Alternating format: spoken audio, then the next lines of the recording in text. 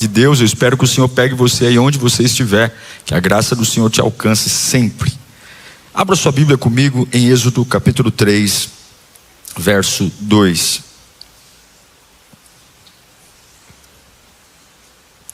Eu quero conversar com você hoje sobre... Você é muito mais do que o que as pessoas conseguem enxergar. É muito mais. As pessoas, elas veem a gente por fora, mas elas não têm a mínima noção dos processos que nos trouxeram até aqui, das coisas que nos formaram, do porquê a gente fala como fala, pensa como pensa. A verdade é que elas nos veem por fora, mas ninguém conhece os desertos que a gente passou. Ninguém não tem noção. Elas nos julgam com uma facilidade, rotulam a gente com uma praticidade, mas elas acham que a gente é maduro porque é inteligente, e não tem a mínima ideia que esse amadurecimento veio de esmagamento e não de escola. Não veio de sala de aula, não veio de apostila. E é sobre isso que eu quero conversar com você hoje. Em Êxodo capítulo 3, verso 2, é um texto muito conhecido. Fala assim, ó: ali o anjo do Senhor lhe apareceu em uma chama de fogo que saía do meio de uma sarça. Moisés viu que, embora a sarça estivesse em chamas, não era consumida pelo fogo. Moisés então pensou: vou me aproximar para ver essa coisa impressionante. Por que a sarça não se queima? Quando o Senhor viu que ele se aproximava para observar, Deus o chamou do meio da sarça: Moisés! Moisés! Estou aqui, respondeu ele. Então Deus disse: não se aproxime, tire as sandálias dos pés, pois o lugar em que você está é terra santa. E disse mais: eu sou o Deus do seu pai, o Deus de Abraão, o Deus de Isaque, o Deus de Jacó. E então Moisés cobriu o rosto, pois teve medo de olhar para Deus. Curve sua cabeça. Nesses poucos minutos, eu quero que você faça como sempre, peça ao Senhor para falar com você. Mostre a Ele nessa curta oração que você tem uma expectativa de ouvi-lo, e você está submisso ao ensinamento, à direção que Ele vai te dar. Nada lá fora é mais importante do que o que vai acontecer aqui agora. Nenhuma pessoa, nenhuma decisão, nenhuma urgência, nenhuma doença. O mais importante é o que vai acontecer aqui agora. É o que pode definir tudo, e eu creio no poder da palavra. Eu creio que o sobrenatural está se movendo enquanto estamos ouvindo a voz de Deus. Eu creio que os anjos estão aqui, eu creio que o Espírito Santo está aqui, e eu creio que esse momento é um momento definidor. É um momento que pode me erguer com uma força que eu nunca provei na vida. Pode me dar uma inteligência e uma sabedoria que eu nunca tive, porque eu creio na presença de Deus. Senhor, fala conosco nesta manhã. Não de um jeito que queremos, mas como precisamos. Surpreenda-nos com tua glória. Encha os vasos que estão aqui. Que ao findar desta reunião estejamos em pé, erguidos por um poder que a gente nem consegue demonstrar em palavras, mas que é real, que é vivo. Fala conosco, Senhor. É o nosso desejo, em nome de Jesus. Diga graças a Deus. Quando a gente chega em Êxodo capítulo 3, que é o chamado de Moisés, Moisés está com 80 anos de idade, aqui em Êxodo 3. É o começo do seu chamado, com 80 anos de idade. Você sabe que ele passou 40 anos no palácio do Egito, e depois, quando ele mata o egípcio, ele foge para o deserto, e ele passa mais 40 anos como pastor de ovelhas. Então são 80 anos, e agora Deus está chamando ele. Isso aqui quebra um pouco uma mentalidade nossa muito forte, muito, porque a nossa geração muitas vezes acha que quando demora demais, acaba. É algo que a gente impregna. Demorou demais, acaba. Mas Deus não trabalha com a velocidade da ansiedade humana. O chamado efetivo de Moisés aconteceu aos 80 anos de idade. É um tapa na cara daqueles que julgam o tempo e irresponsavelmente dizem que acabou, porque na sua percepção é tarde. Porque uma coisa eu vejo na Bíblia: Deus não tem problema em gastar tempo para formar gente profunda. Deus não tem problema em segurar você numa estação para tornar você uma pessoa densa. É o que Ele faz com Moisés. E nesse dia, Moisés não está pregando. Nesse dia, Moisés não está fazendo milagre, ele não está numa plataforma, ele não está vivendo um ápice do ministério. Nesse dia, ele está cuidando de ovelha. Unha cheia de sujeira, roupa fedida de pastor, barba talvez ao fazer. Não é o melhor momento dele. Pastor de ovelha não se preocupa com vaidade, com perfume. Ele vai dormir no campo. E esse Moisés que agora está cuidando de ovelha é o mesmo Moisés que do 0 aos 40 viveu na corte do Egito como filho de Faraó. Ele aprendeu a cultura egípcia, aprendeu boas maneiras, etiqueta. Ele foi preparado dentro de uma cúpula de inteligência. Aprendeu sobre liderança, administração, mas agora não mais. Como eu disse, depois de matar o egípcio, ele tem que fugir. E aquele homem que cresceu no palácio agora vive escondido no deserto, porque ele é um procurado da justiça. A verdade, gente, é que esse momento de Êxodo 3, talvez em toda a vida de Moisés, fosse o momento onde ele parecesse menor.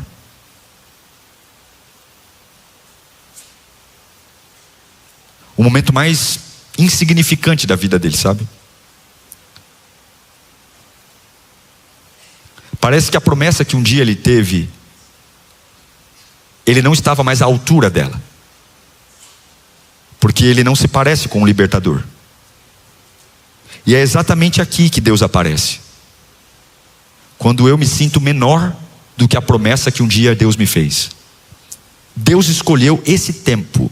Aí eu pergunto para você: Deus se atrasa? Deus improvisa? Deus dá ponto sem nó? Isso é poderoso, porque Moisés não está no auge. Ei, estou pregando para alguém aqui. Moisés não está no auge, ele está num deserto. Mas a gente sabe que deserto não é ausência de Deus. Deserto é lugar de formação. Eu vou mostrar para você, eu trouxe para vocês uma foto para entender o que é a sarça. Eu estive lá já no Egito e subi o Monte Sinai. Essa aqui é a sarça, ó. Descarta o rapazinho aí, mas foca na sarça. Aqui eu estava no Egito, aí subi no Monte Sinai. Essa é a sarça. Essa é exatamente o arbusto que Moisés viu pegando fogo. E é muito natural que esse arbusto, a gente sempre vai no finalzinho da primavera, finalzinho do inverno, começo da primavera, então é uma temperatura, você vê que eu estava aí, não estava nem tão sol aí, mas no verão é um calor tão forte que os arbustos não é algo impossível de pegar fogo, combustão. E Deus usou nesse lugar aí algo para chamar a atenção de Moisés. Obrigado. O deserto, biblicamente falando, sempre foi um lugar diferente. E Deus usa. Se você lembrar de Jacó, a maior revelação de Deus para Jacó aconteceu onde? No deserto. Foi lá no deserto. Se você pegar o Elias, onde Elias ouviu mais a voz de Deus de forma clara? No deserto. Se você pegar o João Batista, o primo de Jesus, onde que ele foi preparado no ministério?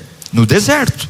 O próprio Jesus Cristo, quando ele completa 30 anos, ele vai jejuar 40 dias e 40 noites. E para onde ele é levado para ser tentado pelo diabo? Onde?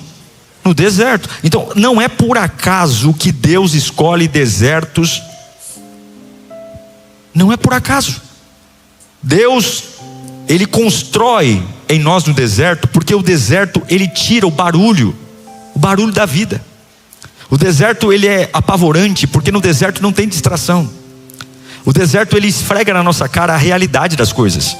Por isso que ninguém gosta do deserto, ninguém gosta dessa fase indefinida, porque a gente tem um encontro com a nossa realidade, que muitas vezes no meio das correrias, dos convites, das amizades, no meio das coisas que estão dando certo, a gente se ilude com uma versão nossa que não é real. Aí Deus fala: não, eu vou colocar você num deserto, porque lá não tem barulho, lá é você com você, e eu vou mostrar para você que é aqui que eu construo você. Se Deus não permitisse algumas perdas na nossa vida, nós nunca teríamos ouvido a voz de Deus como Ele deseja. Se Deus não tivesse permitido alguns desertos, nós nunca o conheceríamos como Ele é. E agora a Bíblia diz que tem uma sarça queimando. Põe de novo minha sarça aqui. Tem uma sarça queimando. Uma sarça queimando. Qual é o problema dessa sarça? Que ela está queimando? Não. O problema dessa sarça é que ela pega fogo, mas ela não consome. Pode tirar a sarça. A sarça não consome. Ela está cheia de fogo e não consome. Os arbustos pegarem fogo é normal. Moisés já tinha visto vários arbustos pegando fogo. E o que chama a atenção de Moisés, a Bíblia deixa claro, não é a sarça pegar fogo, é o fogo não consumir a sarça. Porque quando é um fogo que Deus está, o fogo não destrói, o fogo revela. É isso que você tem que entender. O fogo de Deus é diferente do fogo da vida. O fogo que Deus permite é diferente do fogo que o diabo manda. O fogo de Deus, ele não destrói, ele revela. Uma situação que Deus permite você passar, que te aperta, não te destrói, te revela. É isso que choca Moisés, porque todos os outros fogos que eles viu eram fogos que acabavam, mas agora há um fogo que não está destruindo, está chamando. Há um fogo que não está diminuindo, está revelando. E é sobre isso que eu quero que você entenda. Nada na tua vida é por acaso. E talvez você está dizendo: pastor, está queimando, mas olhe de novo para aquilo que está queimando. E você está vendo que esse fogo não está destruindo nada, está revelando algo que estava escondido. É revelando algo que está te atraindo. E quando Deus está no fogo, fala comigo: o fogo não destrói, o fogo revela. Olhe para alguém do teu lado e diga: o fogo revelou você.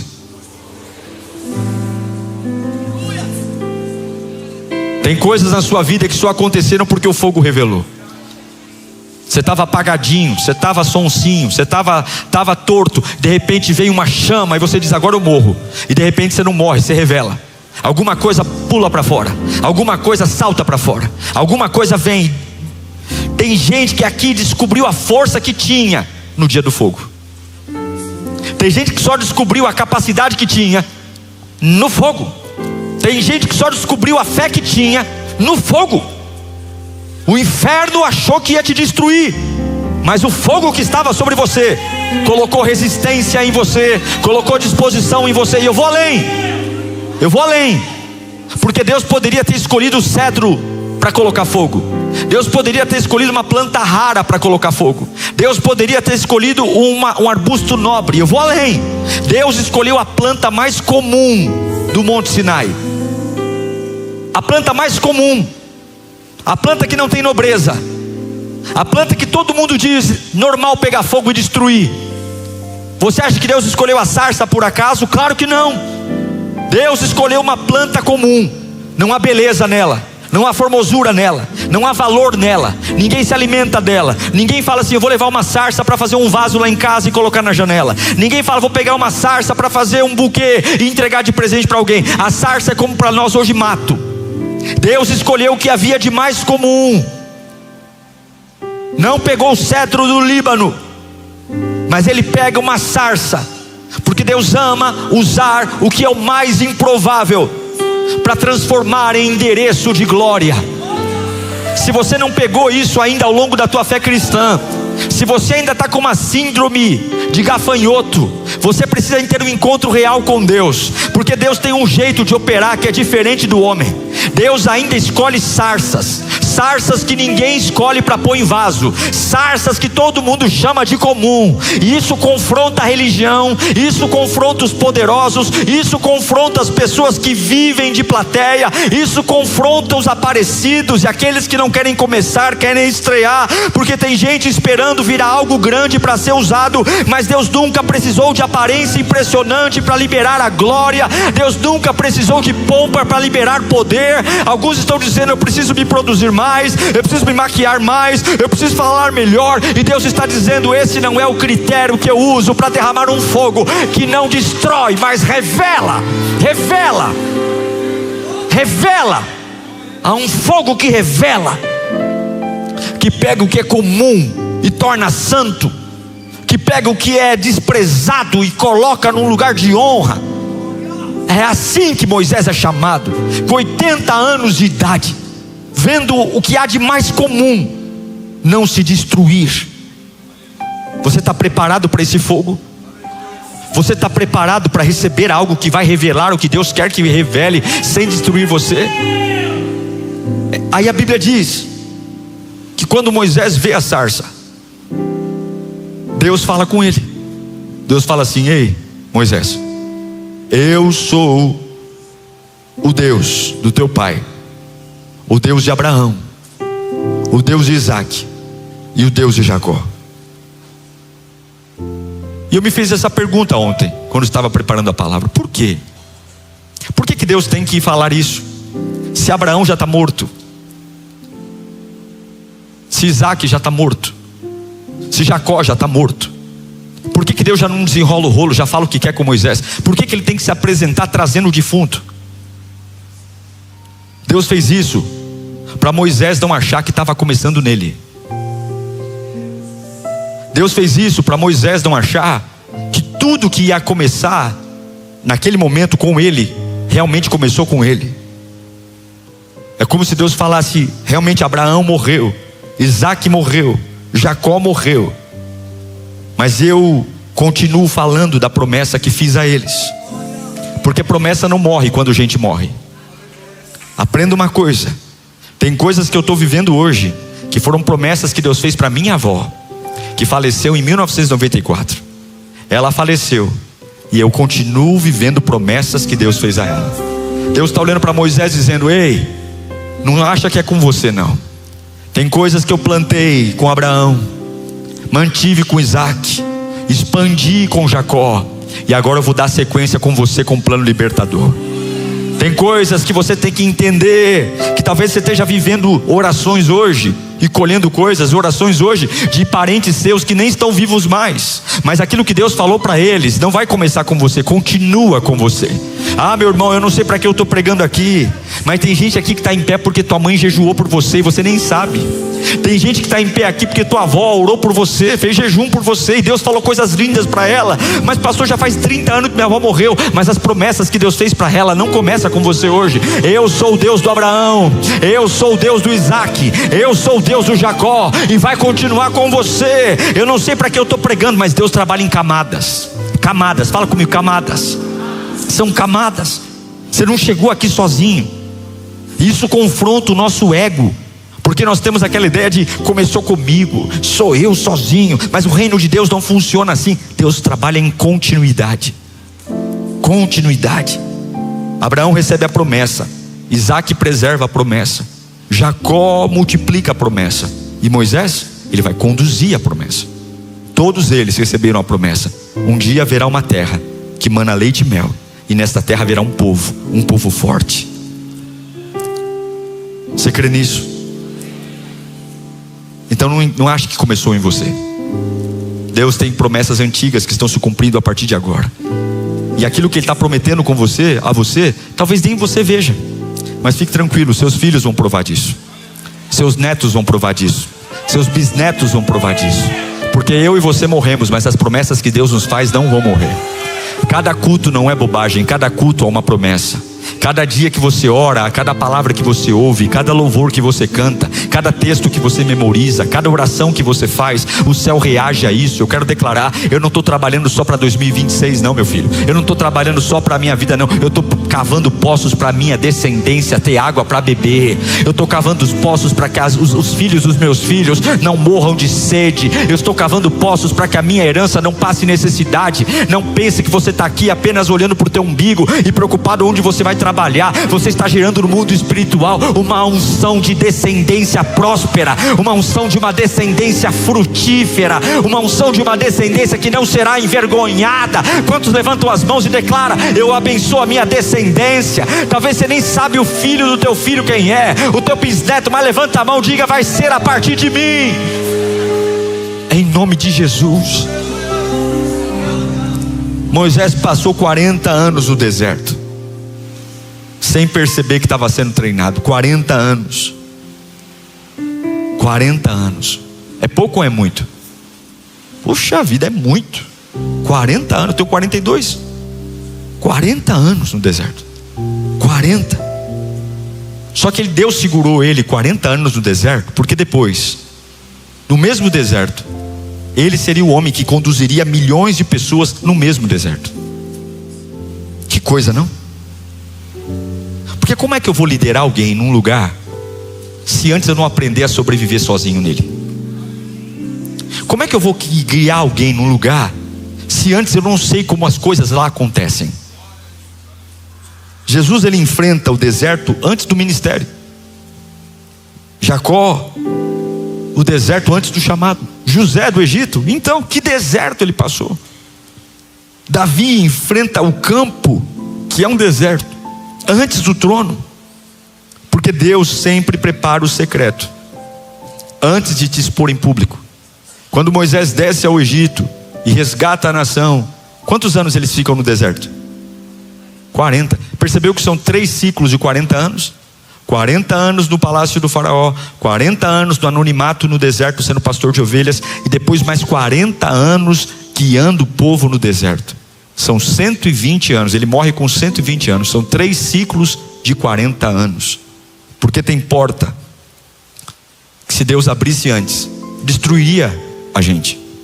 Aí você diz: pastor, mas Deus não poderia, tadinho do Moisés, já chamá-lo com 45 anos?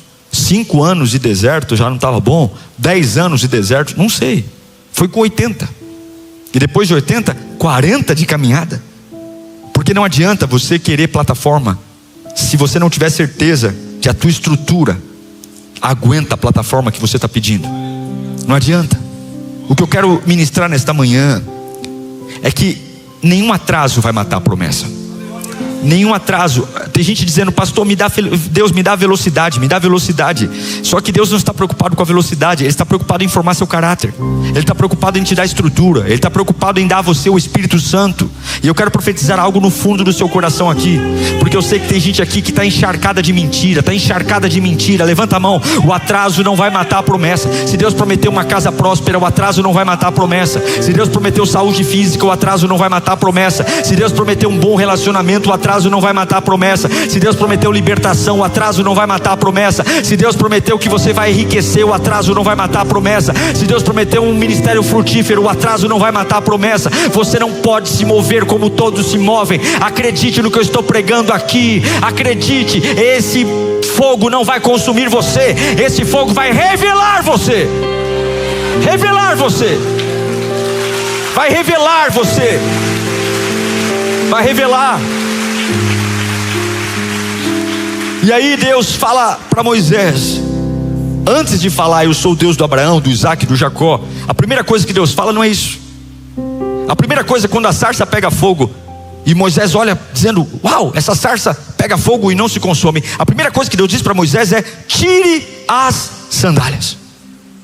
Moisés vê, e a Bíblia diz: que impressionante, uau, a sarça não se consome. E ele vai, e Deus diz: para, tira a sandália.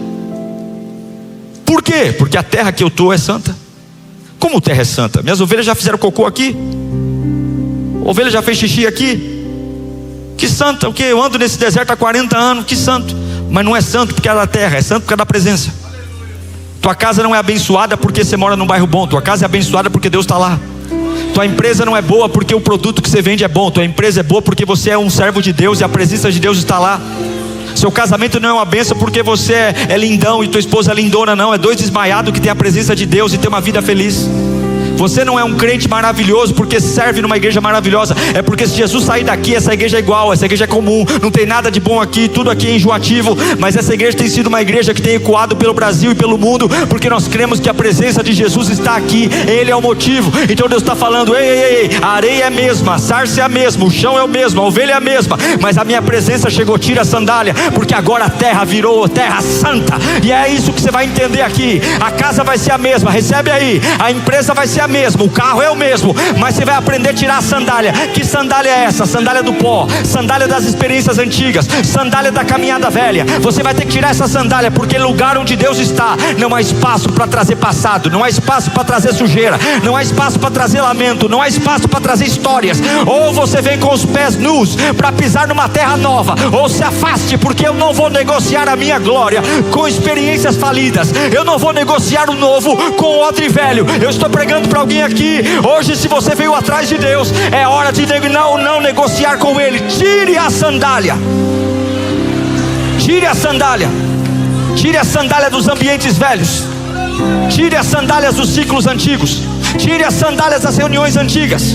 Tem gente querendo viver o novo sem abandonar uma mentalidade velha. Mentalidade velha não funciona. Mentalidade velha pensa velho. Mentalidade velha não consegue ver milagre. Mentalidade velha é o seguinte: tudo é igual, tudo é comum. Mentalidade velha está dizendo que está atrasado. Mentalidade velha diz que passou o tempo. Mas Jesus está falando: se você me quer na tua vida, tira a sandália. Tira, porque eu não quero que falar com você com uma cabeça velha. Eu quero você com uma cabeça fresca. Eu tenho pensamentos novos para te dar. Eu tenho pensamentos de paz para te dar. Eu tenho pensamentos que vão alinhar você. Eu quero uma cabeça nova, uma cabeça disponível. Humilhai-vos diante das potentes mãos do Senhor, e eu vos exaltarei. Não é quando eu sei, é quando eu não sei. Não é quando eu tenho, é quando eu não tenho. Não é quando eu posso, é quando eu não posso. Não é quando eu consigo, é quando eu não consigo. É quando eu estou vulnerável, é quando eu estou pequeno, é quando eu estou humilde. É quando eu tiro a sandália. Mas tem escorpião na terra, por isso que eu não tiro a sandália. Mas tem serpente na terra, por isso que eu não tiro a sandália. Mas tem gafanhoto na terra, por isso que eu não tiro a sandália. A terra do deserto é impossível andar descalço para um homem comum, porque a terra do deserto esconde perigos debaixo dela.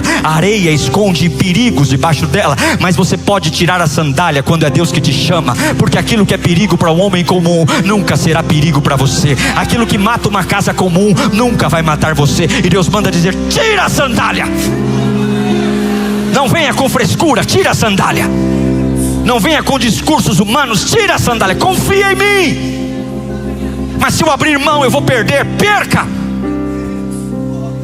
Mas não é justo que não seja. O que eu tenho para você compensará tudo que está grudado na tua sandália.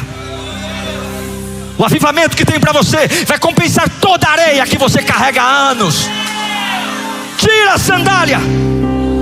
Porque você não cresce alimentando ferida. Você não cresce acorrentado ao passado. Você não cresce com a sandália. Você quer, Moisés, 80 anos das costas, quer que eu te use? Tira a sandália. Sandália da amargura, sandália do trauma, sandália da dependência, sandália dos pecados escondidos, sandália da sujeira.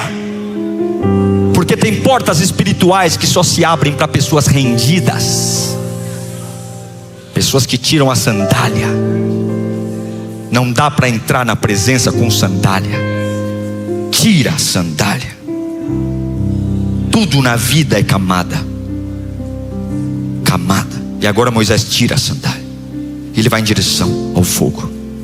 E ele ouve que tem algo acontecendo nele que começou com o Abraão, com Isaac e o Jacó.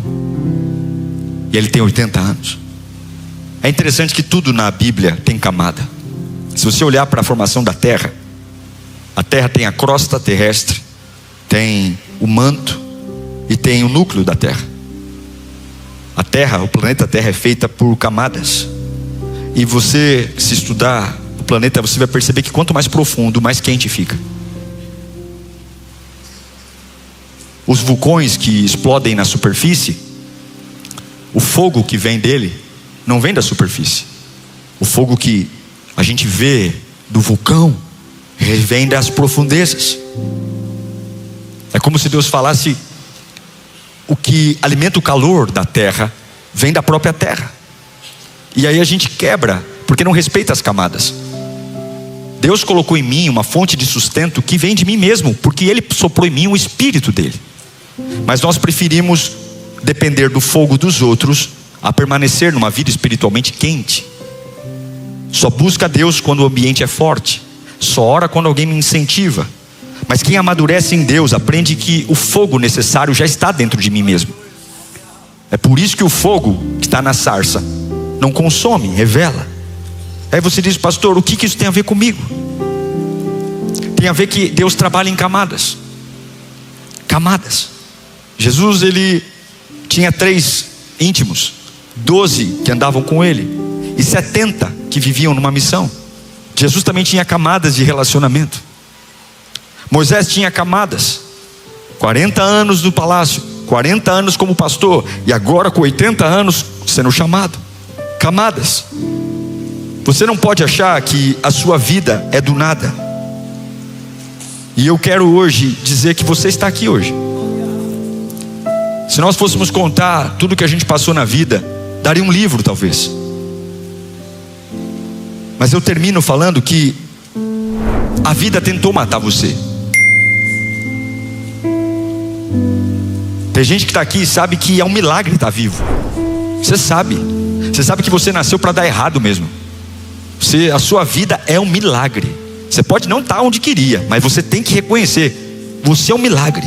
O vento tentou derrubar, a seca tentou destruir, e milagrosamente você ainda ora. Milagrosamente você ainda canta quando vem à igreja. Milagrosamente você ainda chora quando está num ambiente que Deus está falando com você.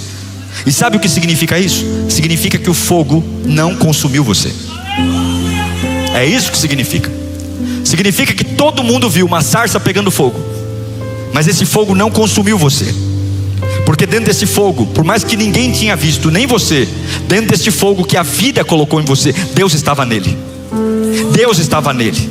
E o fogo que era para ter derretido, acabado, destruído, esse fogo simplesmente fez com que o inimigo entrasse em crise, porque ele lutou com você, com uma ideia de que ia acontecer com você o que acontece com todo mundo.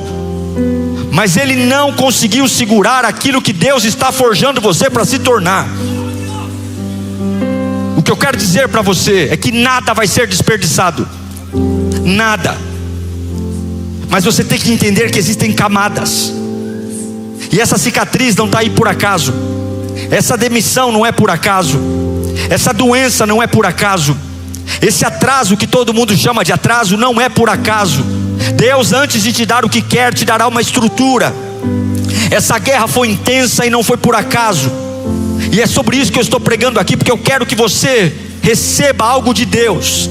Eu sinto Deus reacendendo gente cansada nesta manhã. Eu sinto Deus devolvendo chamado para pessoas que estão extremamente exaustas nesta manhã. Eu sinto pessoas que vão tirar a sandália e dizer: eu sou como aquela sarça que o fogo não destrói, o fogo revela. Deus vai usar essa fase de vida comum, destruição comum, para revelar uma glória que nunca antes foi vista. Nunca. Eu sinto Deus reacendendo gente ferida aqui. Eu sinto Deus reacendendo gente esgotada. Você está aqui ainda? E Deus manda dizer para alguns: não tenha vergonha da tua história. Não tenha vergonha do que você passou na vida. Eu tenho um jeito de conectar cada caquinho da tua vida, cada caco, cada parte. Hoje não faz sentido, hoje te envergonha porque eu ainda não terminei com você. Um artista não gosta de mostrar uma obra inacabada, porque corre o risco da pessoa julgar antes da hora. Porque na cabeça do artista o quadro já está todo pintado, mas na tela ainda não. Então o artista, ele fala: ninguém entra no meu ateliê, a obra não está pronta. Quando terminar eu convido vocês para assistirem. Deus está falando: eu tenho um jeito de pegar todas essas pecinhas que aparentemente não tem conexão, aparentemente é lixo, aparentemente é desperdício, mas fica tranquilo que na cabeça do artista a obra já está completa. E Deus está dizendo: não chame de atraso o que eu estou fazendo. dizendo: não chame de atraso o que eu estou gerando. Não chame de atraso. Não chame aquela injustiça, esse caco da injustiça, esse caco do abandono. Moisés viveu uma bagunça enorme. Agora, por que 40 anos no palácio? Porque quando ele voltou para o Egito com 80 anos, depois de viver 40 lá no palácio, ele não chegou lá como um Zé Mané que não sabe se portar. Ele sabia como o faraó era, ele sabia como falar na sala do trono, ele sabia como pleitear. Deus não vai desperdiçar nenhuma fase da sua vida. Deus não vai desperdiçar nenhuma lágrima da sua vida. Deus não vai desperdiçar nenhum processo da sua vida. Deus vai usar tudo para aquilo que Ele tem para você. Você se acha inteligente? Eu e você é um bando de burro. Quem é inteligente é o Senhor. Ele não dá ponto sem nó. O teu Deus já viu o começo e o fim antes de tudo existir. Ele já escreveu. Ele é o alfa, Ele é o ômega. E Ele manda dizer para você: confia em mim hoje. Mas eu estou colocando sarças perto de você. Aproxime-se da presença. A luta veio, mas eu estava contigo. A traição veio, mas eu estava contigo. O inferno veio, mas eu estava contigo. E você não vai adorar como uma vítima, você vai adorar como alguém que sobreviveu. Quantos sobreviventes temos aqui nesta manhã?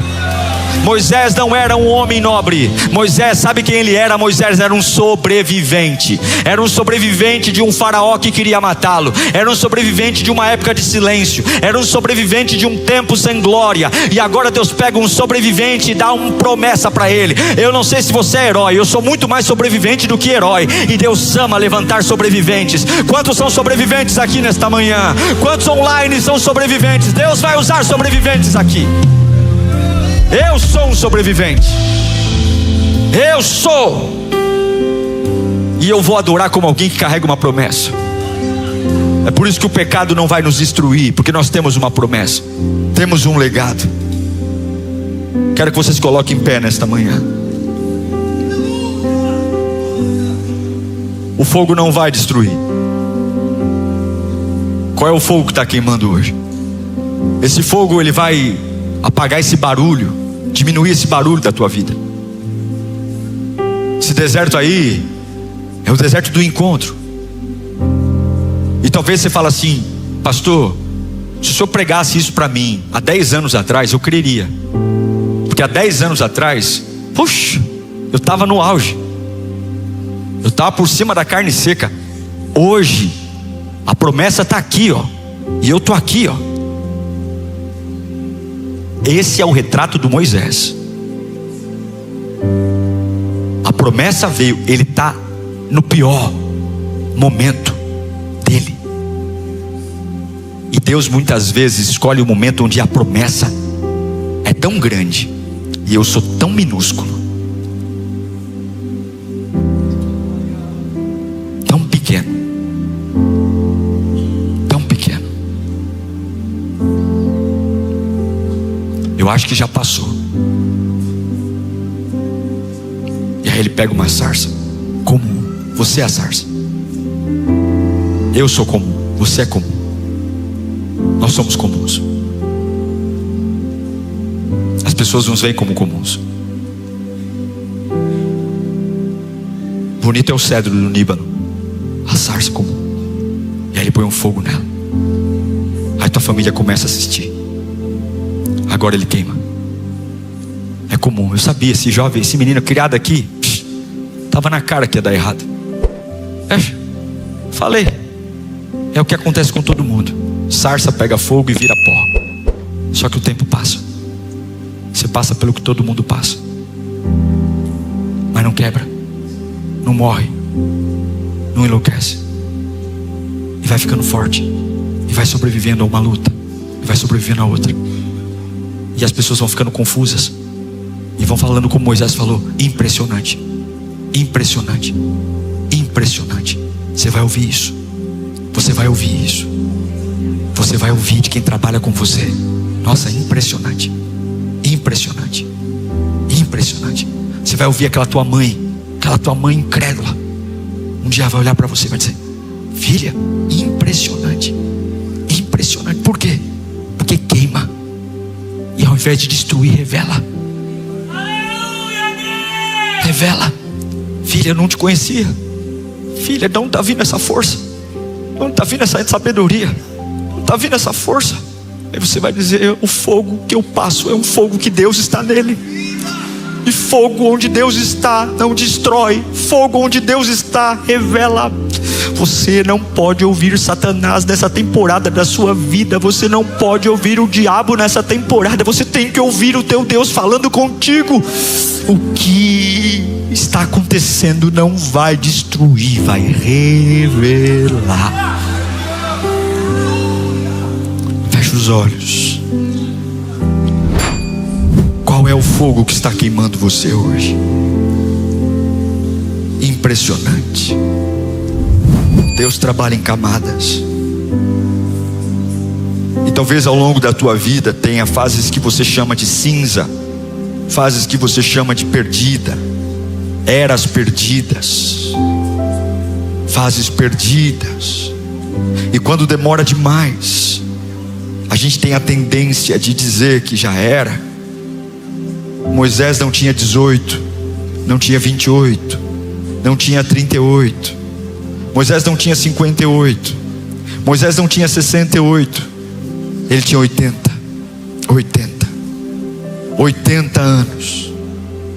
Porque Deus não desperdiça, Ele sabe o que está fazendo. Deixa Deus consolar você nesta manhã. Deixa Deus colocar sobre você aquilo que só Ele pode. Deixa as palavras de Deus entrarem em você. Deixa as palavras de Deus fortalecerem você, encorajarem a tua alma. Deixa as palavras de Deus clarearem os teus pensamentos. Deixa a palavra de Deus gerar em você promessa. Você está amparado por promessas que tua avó orou, teu bisavô orou. Deus só vai dar sequência com você, e não vai acabar com você. Vai para o teu filho, vai para o teu neto, vai para o teu bisneto. Você vai ver coisas acontecendo, e vai chegar na glória. Aleluia, eu vejo esse dia acontecer. Vai chegar na glória, e nós vamos reencontrar os nossos parentes. Vamos encontrar os que foram antes e os que foram depois, e vamos perguntar para eles como é que foi. E você vai ouvir, se não ouvir nessa terra, vai ouvir lá no céu. Ei, vou falar um pouco sobre um perigo que tem tomado conta das nossas vidas. Deus tem falado comigo nesses últimos 2 dias sobre isso, porque nós já ouvimos muito sobre derrubar grandes inimigos, grandes gigantes. Talvez a gente nem tenha problema com eles mais.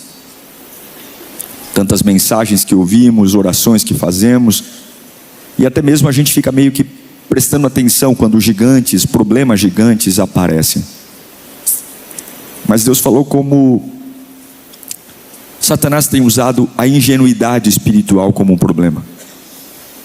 Nos tornamos espirituais, mas continuamos ingênuos, muito ingênuos.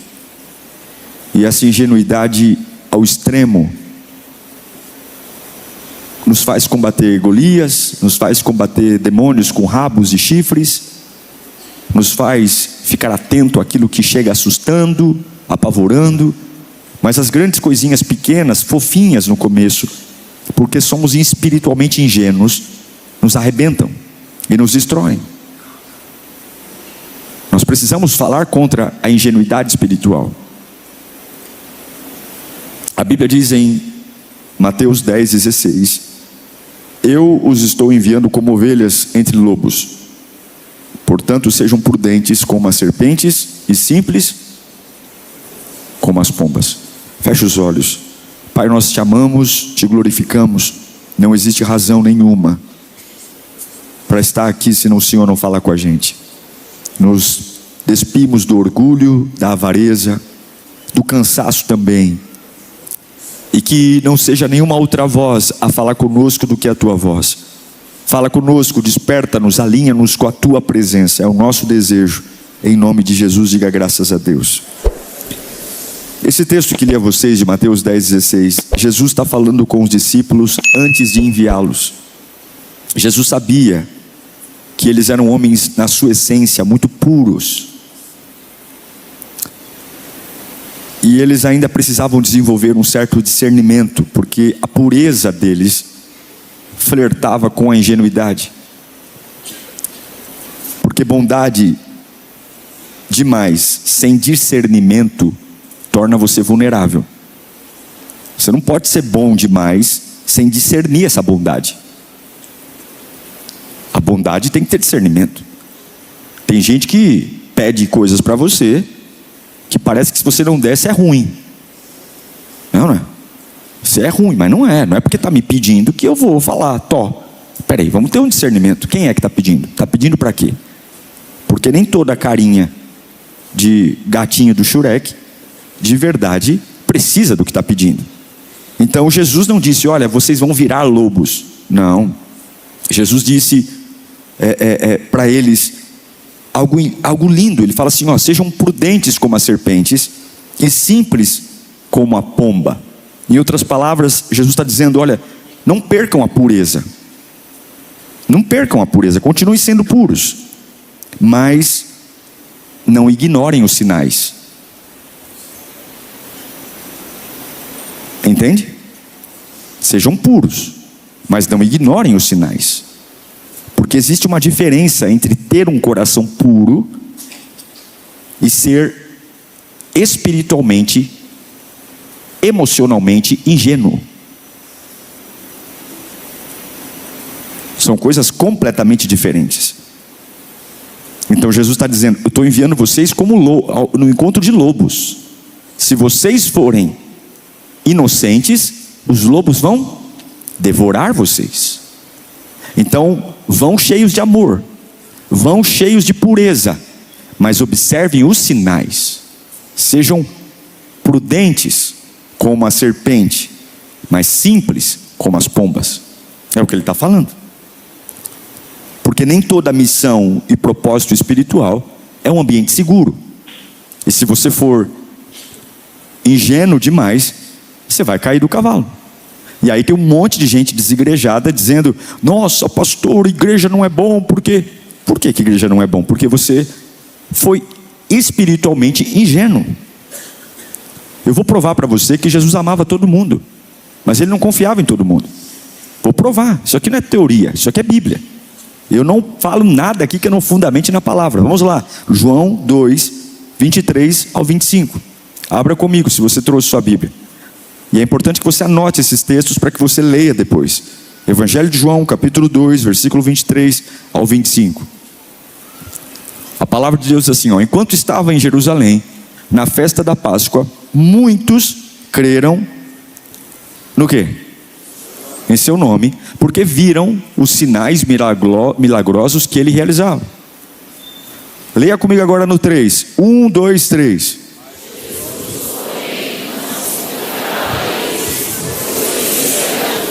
Espera aí, está todo mundo olhando para Jesus.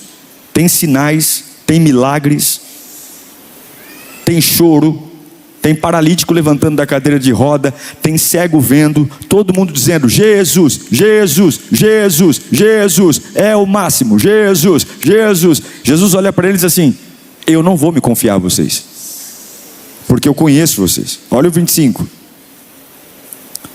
Não precisava que ninguém lhe desse testemunho a respeito do homem, pois ele bem sabia o que havia dentro do ser humano. Jesus amava todos que estavam ali, mas ele não se confiava a todos, porque ele não era ingênuo. Existe uma diferença entre amar pessoas e confiar rapidamente nelas. A gente faz uma lambança, uma bagunça, porque a prova maior de maturidade espiritual é aprender essa diferença. Eu tenho que amar todo mundo, é minha obrigação amar todo mundo. É minha obrigação amar até o meu inimigo, diz a Bíblia. É minha obrigação. Mas não é porque amo que confio. São coisas diferentes. Muita gente boa não caiu por maldade, caiu por ingenuidade. Muitas famílias não foram destruídas por ataques complexos do inferno, foram destruídas por pura ingenuidade. Por quê? Confiou rápido demais. Hoje é assim. A gente confunde lágrima com sinceridade. Pessoal, tem pessoas que são artistas da Globo. O camarada chora de soluçar e está sendo mentiroso. Não é porque chora que está sendo sincero. E a gente fica dizendo assim: se correr uma lágrima é de verdade, se chorar sem lágrima não é de verdade. Quem disse isso? Quem disse que o choro verdadeiro tem lágrima e o verdadeiro? Não tem.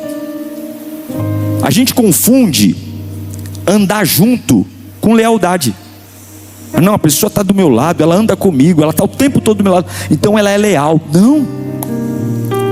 A gente chama de proximidade amor. Não, essa pessoa está sempre próxima a mim, eu sei que ela me ama. E aí a gente ignora os sinais. Então Jesus está dizendo: maravilha que eles creram em mim, maravilha que eles viram os milagres, mas eu, Jesus, eu não vou me confiar a eles. O que ele está dizendo? Eles não vão começar a sentar na minha mesa, eles não vão frequentar a minha casa, eu não vou indo na casa deles. Está tudo bem, eu os amo, mas eu não vou. Por quê? Porque eu os conheço. Eu os conheço. Eu sondo, nem que eles falem alguma coisa, eu sei o que está acontecendo. E o Espírito mandou ministrar você hoje, porque talvez você está preparado aí para uma grande crise profissional. Você está dizendo: pastor, estou orando, nada me derruba, ninguém me derruba, pode tirar meu emprego, ninguém me derruba, eu estou preparado, Senhor, se eu ficar doente, é Jesus. Mas talvez você não está preparado para separar o amor da confiança.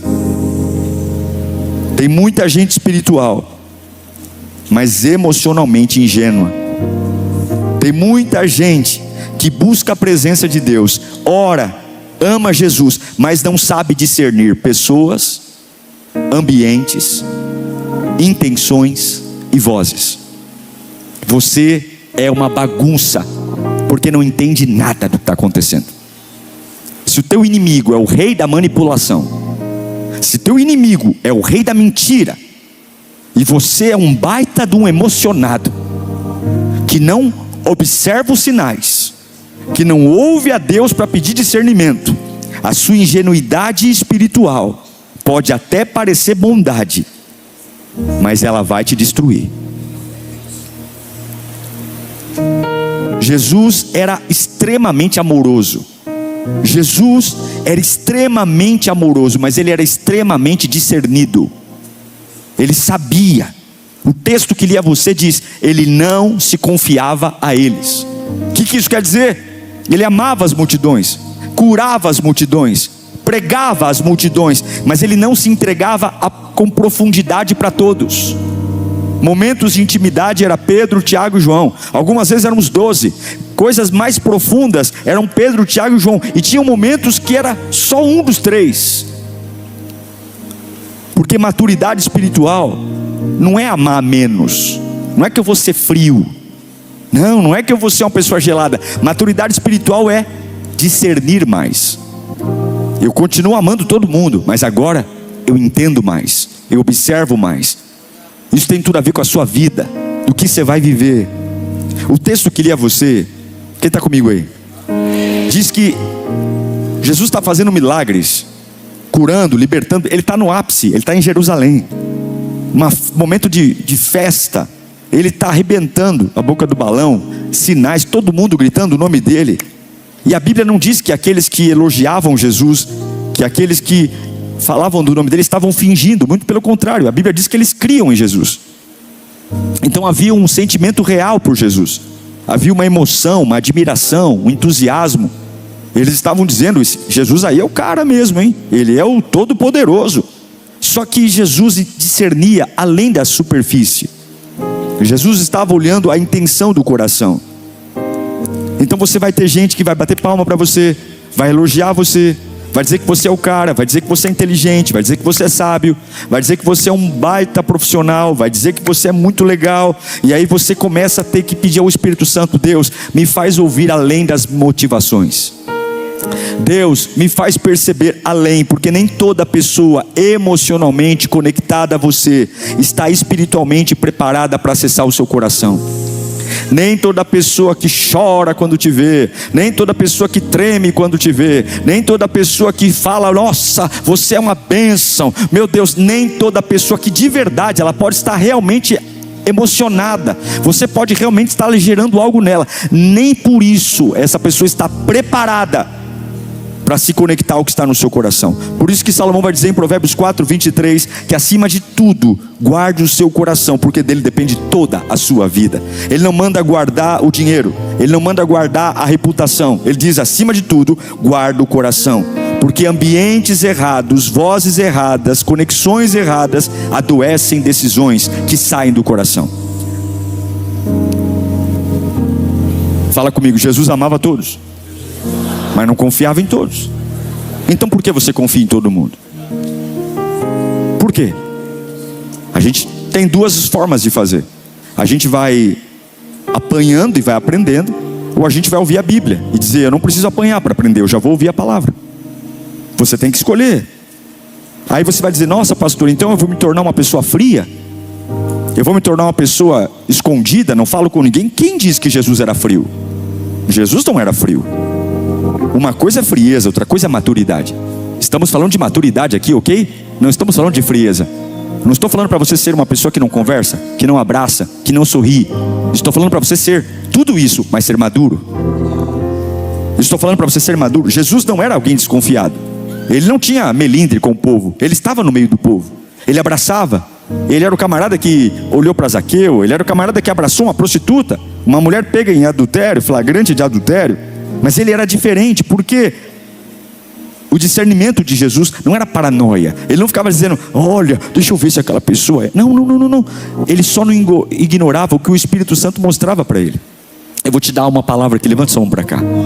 Se você levar Deus a sério, se você buscar Deus em espírito e em verdade, se você tirar da sua vida toda a situação que é meia boca e servir a Deus genuinamente, o Espírito Santo de Deus vai mostrar em quem você deve confiar e em quem você não deve confiar.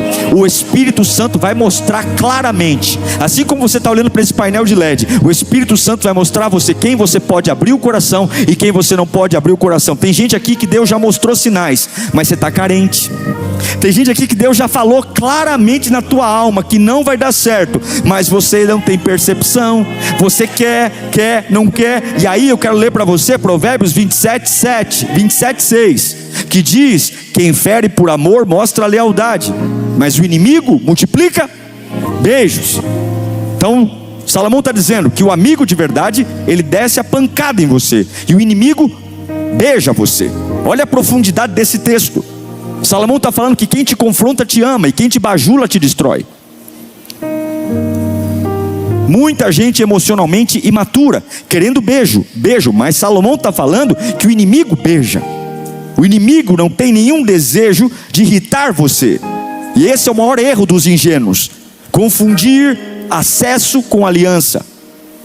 Você não pode achar que porque alguém está chegando perto de você, nem toda aproximação é profundidade. Não é porque sorriu, não, gente. Mas pastor, aqui na igreja também. Olha, não é porque você conheceu uma pessoa aqui ontem que ela já vai para sua casa. Não estou nem falando de namorado, estou falando de amigo mesmo. Não, leva tempo. Vamos parar de ser carente. A gente se conhece ontem. Nós fizemos a turma do Lírio Play juntos. Daqui a pouco já está alugando casa junto para morar. Amigo, estou falando. Já viramos confidente. Ei, calma, gente. A gente está sendo ingênuo demais. Nossa pastor, mas nós estamos no ambiente espiritual. Estamos no ambiente espiritual, mas as pessoas estão em transformação. E não tem essa sangria desatada para conectar coisas artificialmente. Se for da vontade de Deus, que você tenha um elo mais profundo com alguém, que Deus levante anjo de carne na sua vida, vai acontecer. Você não precisa acelerar nada, vai acontecer. Vai ser acompanhado de sinais, vai ser acompanhado de testificação, vai ser acompanhado de paz, vai fluir. Não tem gambiarra, não tem arame, não tem durepoque, não tem puxadinho, não tem coisas que você não vai poder conversar. Por quê? Porque nós temos uma necessidade de sentirmos fortes, nos sentirmos maduros, mas não necessariamente você está próximo de alguém porque está maduro. Muitas vezes você está se precipitando. Lembra de José? José se lascou. Por quê? Porque ele contou os sonhos cedo demais. Cedo demais. O camarada abre a boca num ambiente que não deveria. Cedo demais. Lembra de Sansão? Revelou o segredo quando não devia. Era para ficar com a boca fechada, e ele abre a boca e conta o segredo cedo demais. Lembra de Roboão, filho de Salomão? Roboão errou porque confiou em pessoas cedo demais. Eu não estou pregando sobre você não amar, mas estou pregando sobre você fazer o que Jesus disse. Seja simples como a pomba, mas seja prudente como a serpente. Seja esperto como a serpente. Provérbios capítulo 14, verso 15. Salomão vai dizer uma das coisas mais incríveis que eu já ouvi ele falar. E olha que ele diz coisas incríveis. Esse é um dos meus textos preferidos. Ele diz que o ingênuo acredita em qualquer coisa. Qualquer história dramática, o ingênuo acredita. Ele sai fazendo pix. Eu recebo por dia no meu Instagram pelo menos uns 30 pedidos de dinheiro. Todos os dias. Todos os dias. Alguém morreu, alguém está doente, são histórias tristes. Mas a Bíblia diz que o ingênuo acredita em qualquer coisa, mas o prudente presta atenção onde pisa. Você é um ingênuo ou você é um prudente? Você acredita em qualquer história dramática? Pastor, mas eu vou ser uma pessoa ruim. Não, você vai ser uma pessoa que vai primeiro ouvir o Espírito Santo. Você vai ser uma pessoa que primeiro não vai cair no drama de alguém. Você vai cair naquilo que Deus quer que você faça. Porque você não trata as pessoas com o seu drama. Você trata as pessoas com a sua personalidade firmada na rocha. Isso aqui é uma pancada, porque Salomão está falando que o prudente observa. O prudente, ele percebe os padrões, ele lê o ambiente. O prudente, ele observa o que está acontecendo. Mas o ingênuo, ele sai desesperado. E gente, e ele fica bravo com quem não aceita. Não, gente, nós temos que ajudar, nós temos que fazer, nós temos que confiar. Porque o ingênuo acredita em tudo rápido demais. Rápido. E ele fica bravo com quem não acredita. Quem não acredita, você não tem fé. Você não tem fé. Você não é de Deus. Cadê o amor? É ou não é? Porque é fácil jogar na cara o amor, quando a Bíblia diz para você tomar cuidado para não acreditar em coisas sem que você pise primeiro para perceber o que é. Ai, pastor, já puxou a ficha? Já puxou a capivara? Porque normalmente o impostor não gosta de ser confrontado. Puxa a ficha. Antes de você abrir a carteira, abrir o coração, abrir a casa, vá atrás, faça perguntas. Questione para saber se é verdade. Veja se essa pessoa ela vai sair do prumo. Quando você pergunta coisas, vai dizer, você está desconfiando de mim? A primeira vez que alguém perguntar para você se você está desconfiando dela, quando você faz uma pergunta para ela, fuja dessa pessoa.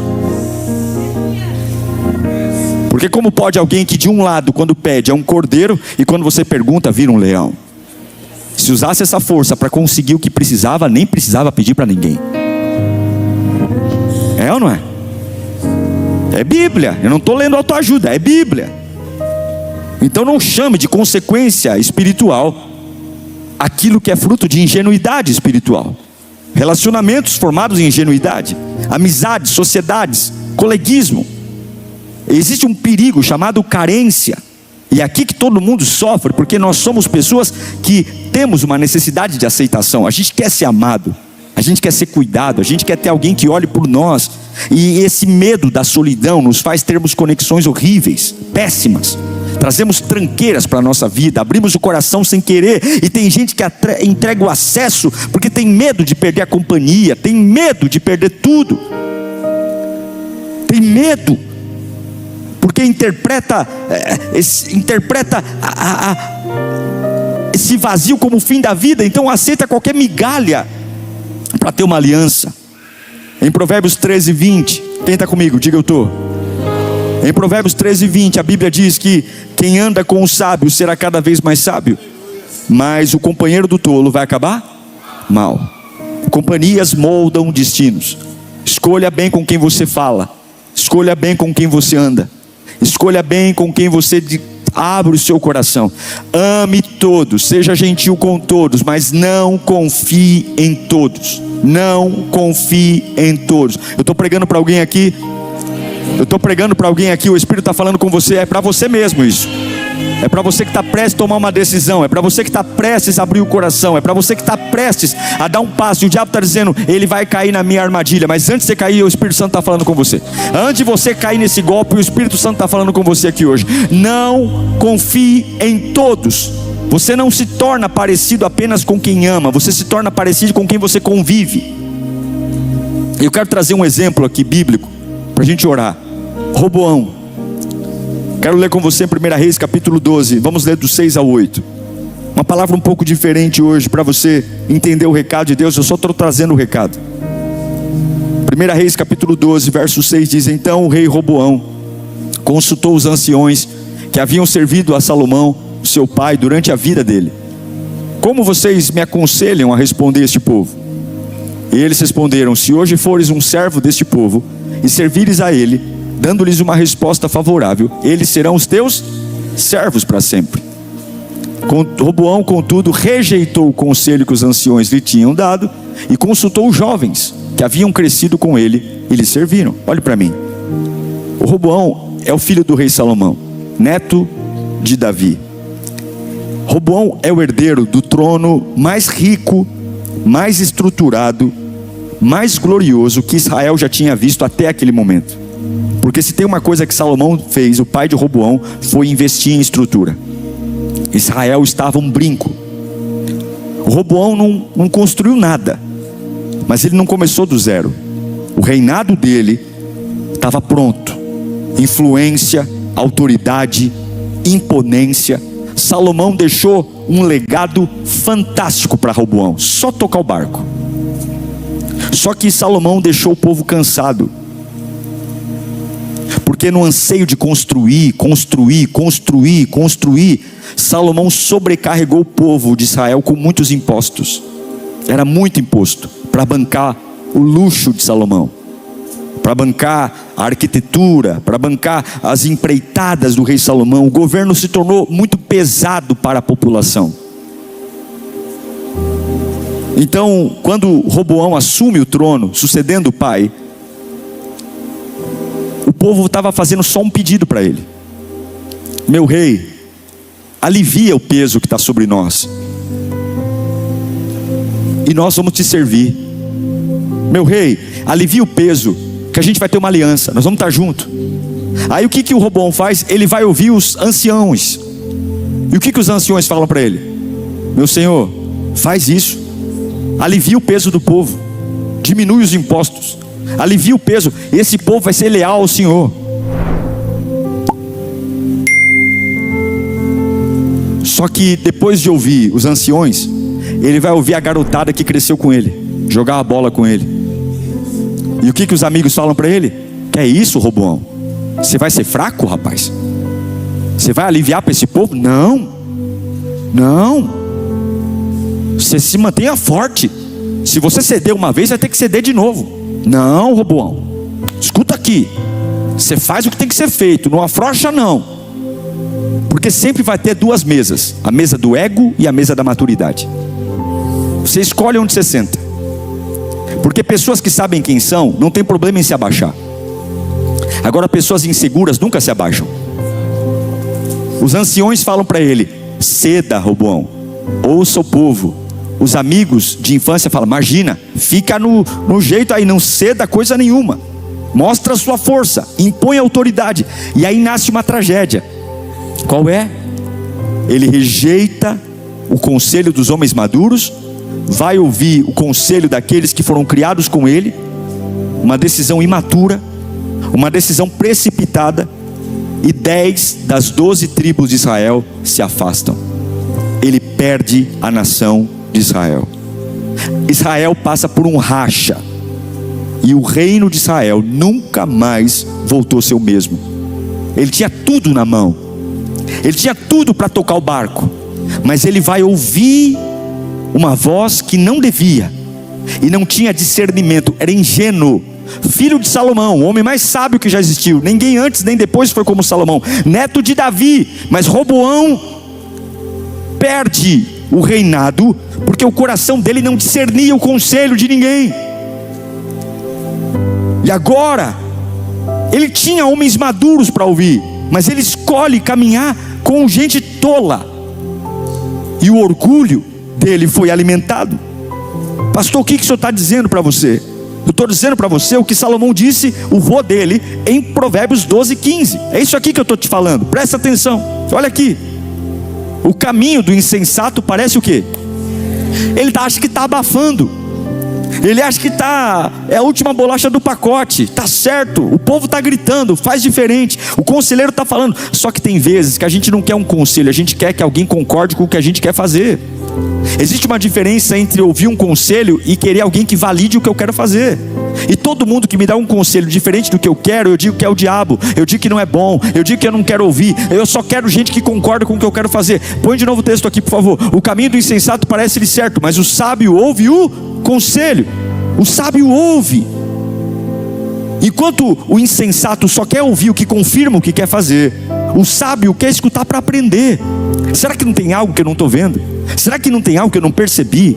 Será que eu não posso fazer algo melhor? O insensato, ele consulta porque ele quer alguém que concorde com ele. O sábio não. O sábio quer ouvir para crescer. E se ele tiver que mudar, ele muda. Ele só quer crescer. O insensato, ele quer saber quem me apoia. Quem me apoia? O sábio quer dizer, quem pode me mostrar o que eu ainda não estou vendo? Quem pode me mostrar? Tem algum gap? Tem algum cantinho que eu não estou vendo? Você é um insensato ou é um sábio? Na tua casa, na tua família, nos teus negócios, só quer acertar o tempo todo. Alguém que bata a palma para você, um monte de puxa-saco. Aí o diabo coloca um monte de bajulador do teu lado. Você está indo o vinagre, vai acabar com tudo, está perdendo tudo, e só tem puxa-saco do lado.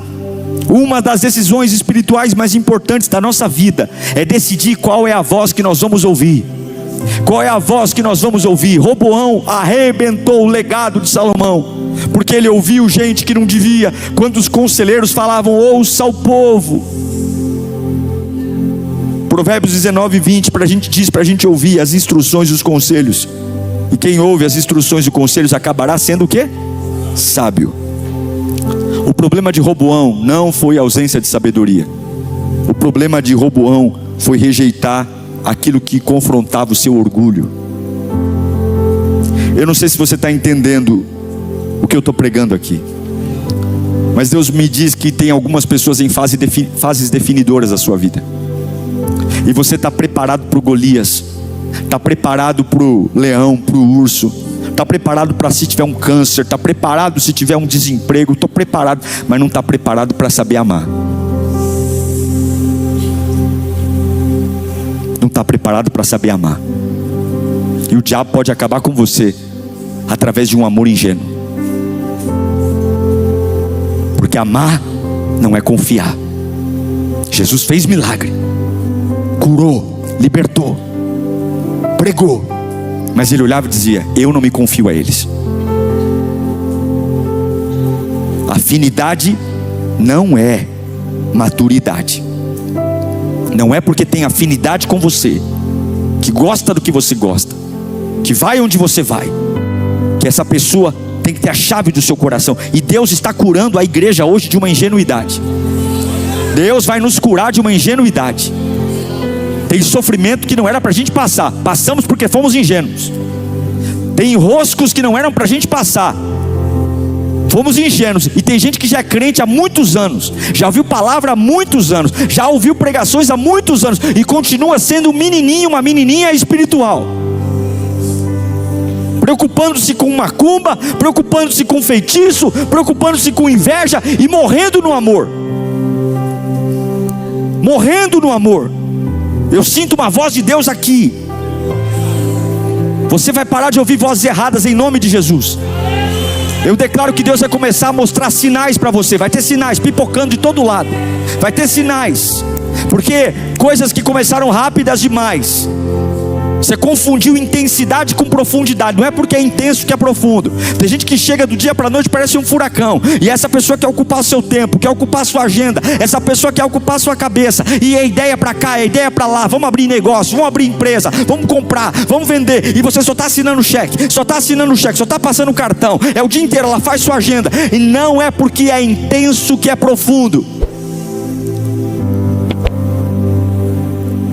Não é porque a pessoa é agitada que é séria. Hoje Deus está trazendo maturidade para a sua cabeça.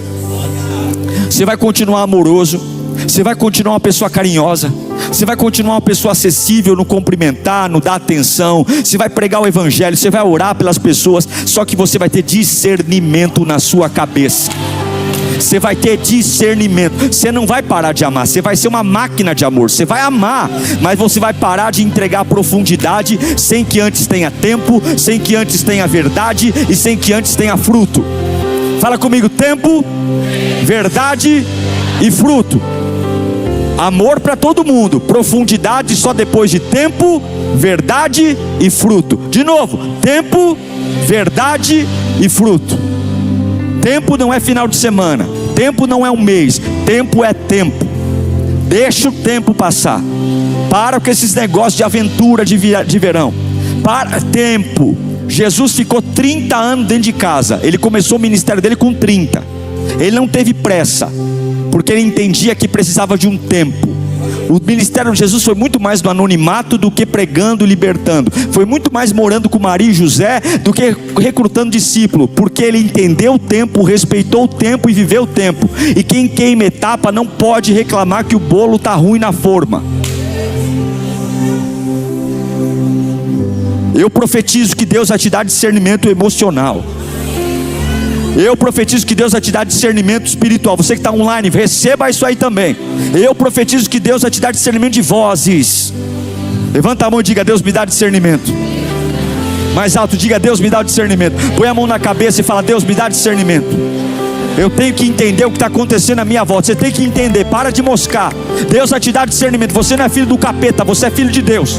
Não é possível que você vai ficar com essa sonsidão aí, se perdendo em coisa besta. O diabo está pondo um monte de casca de banana no caminho. Satanás está usando gente e você está aí: ai, mas eu amo. É tão difícil falar não. É tão difícil falar não, pastor. Não é difícil não, é N-A-O-T-I-O. Não.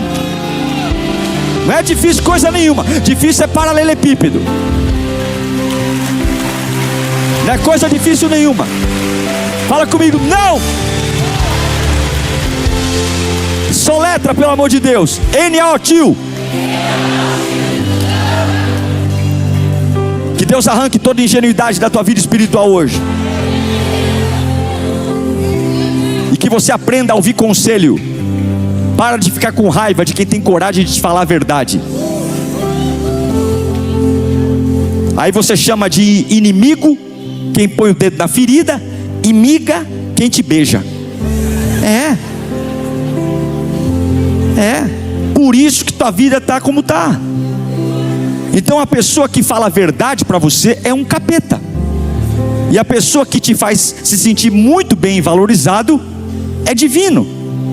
Aí você não fica com a tua opinião, nem com a minha. Vamos para a Bíblia. O amigo leal, ele machuca, porque ele tem coragem de falar o que ninguém tem. Conselho, gente, é ouvir o que eu não quero ouvir. Isso que é conselho. Conselho não é alguém reafirmando a minha vontade. Você tem que ter alguém que tem coragem de falar a verdade para você, pô. Você tem que ter coragem. Tem que ter alguém que você vai dizer: fala aí, vai. E você ouvir. Não ficar rebatendo, não ficar contra-argumentando, não, entenda. Você pode estar errado. Você pode estar errado. E a humildade de ouvir. Guarda seu coração. Se cerca de vozes sábias. Proteja seu interior. Não confie em todo mundo não. Leva tempo, verdade e fruto. Não abra sua casa para qualquer um não. Não abra não.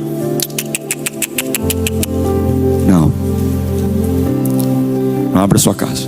Em nenhum momento íntimo Jesus levou Judas. Nenhum momento íntimo.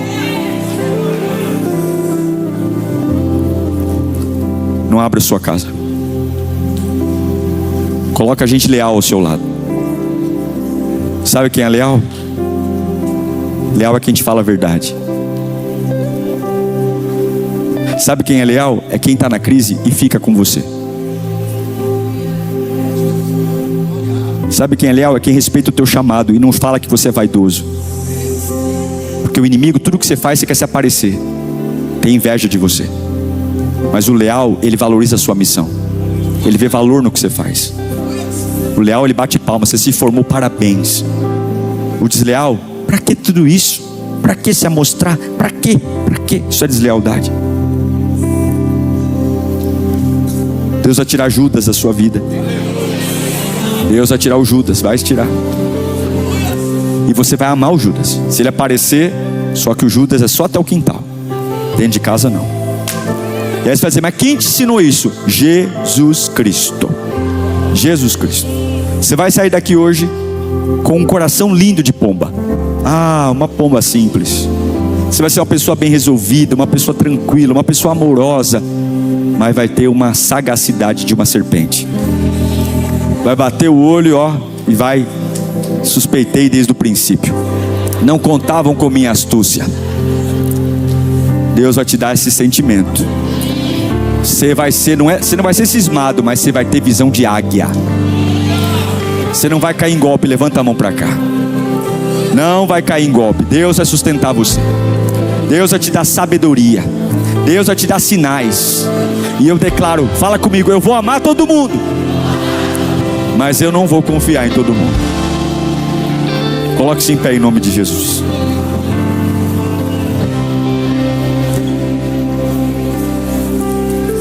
Nós vamos orar por isso. Nós vamos orar para que Deus te dê essa sabedoria espiritual. A gente não pode ser ingênuo. A gente não pode ser ingênuo. Nessa fase da tua vida, você não pode ser ingênuo. Tem muito a perder. Tem muito. Tem que ter sabedoria. Essa carência aí não pode estar falando por você desse jeito. Roboão perdeu o trono do pai. Busque alguém para você ouvir. Não tem ninguém, vai ler a Bíblia.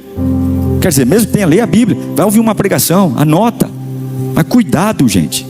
Cuidado. Tem gente falando, sabe, até com argumento para te destruir, contra a palavra, contra as promessas de Deus. Pessoas falando até com convicção, mas usadas pelo diabo para confundir você, para deixar você cansado mesmo, confundido, abatido. Qual é a voz que vai reinar na sua cabeça? Qual é a voz que vai reinar na sua família? Qual é a voz que vai reinar no seu coração? Você tem que decidir hoje. Você não pode ficar em cima do muro, não. Se esse negócio aí, essa hospedagem que qualquer um que passa pela rua arruma um cantinho para dormir. Amor de Deus não é amor de novela. E se você for fácil para fazer um pix, me fala que eu vou pedir para você. Se você, pastor, chorou duas gotas, eu abro a carteira, pois eu tenho muita lágrima aqui para derramar. Nós temos uma igreja para comprar. Não é ser ruim, é ter discernimento. Entendeu o que eu estou pregando?